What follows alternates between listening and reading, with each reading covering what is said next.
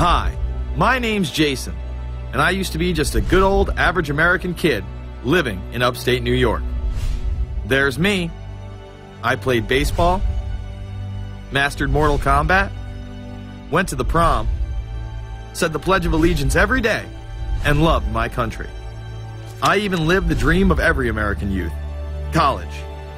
Sure, it was a state school, but it also happened to be a party town. Great times all around, right? Well, sort of. I still had to work hard as a pizza guy to make it. And of course there was school. I had to figure out the computer graphics programs I was working with, as well as attend classes I didn't care about. I certainly didn't know much about geopolitics. Then 9/11 happened and everything changed.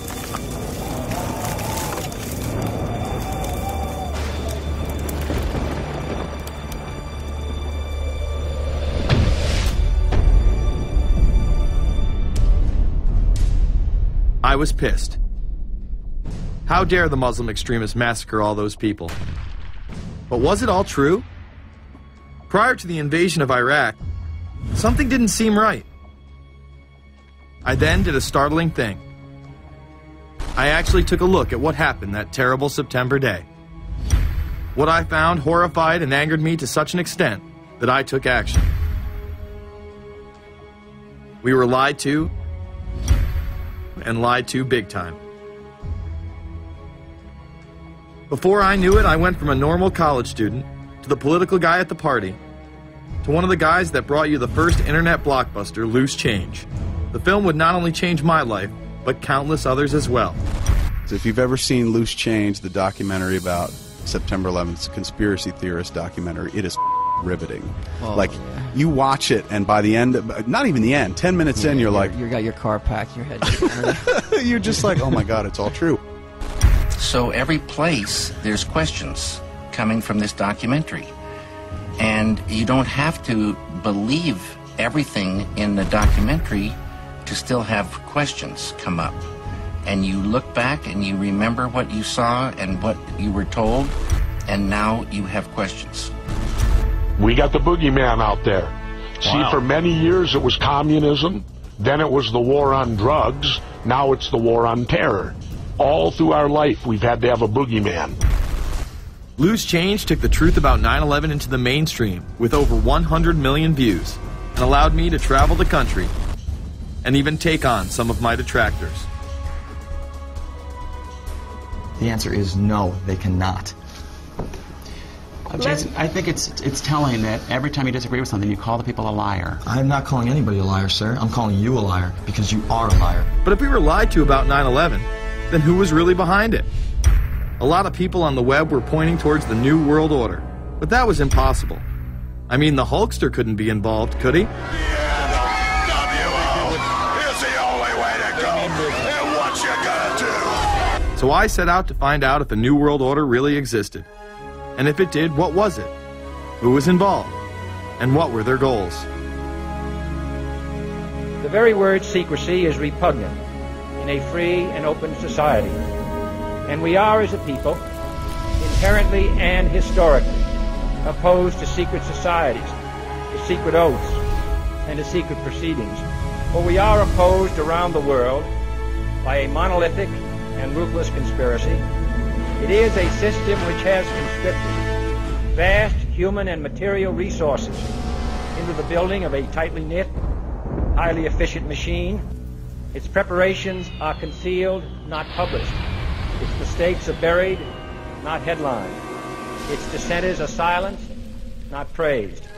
No expenditure is questioned, no rumor is printed, no secret is revealed. Some cringe when they hear the term New World Order, despite all of these prominent people using it.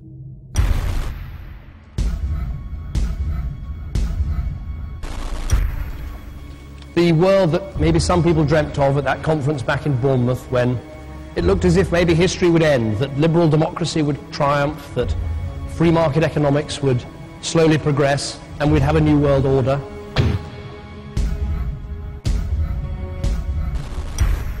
And together they helped to create, were the principal leaders in creating, a new world order and a winning strategy in the Cold War.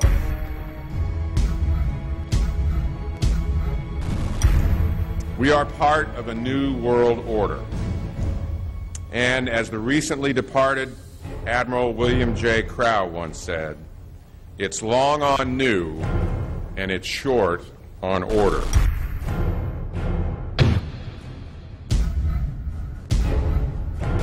Walter Isaacson wrote a wonderful book about some of the wise men who helped shape the New World Order following the Second World War.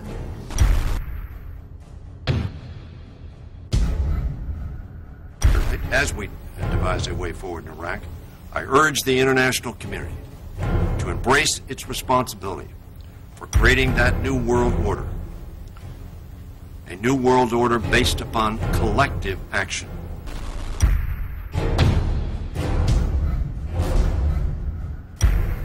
The transatlantic partnership was never just the foundation of our security. It was the foundation of our way of life. It was forged an experience of the most bitter and anguished kind. Out of it came a new Europe, a new world order, a new consensus as to how life should and could be lived.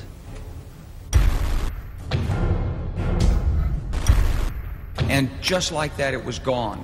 It was a new world order. That's what President George H. Bush said.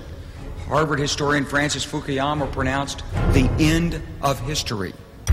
In fact, when it is used, that person is often dismissed out of hand because of the perception that it is nothing more than a conspiracy theory.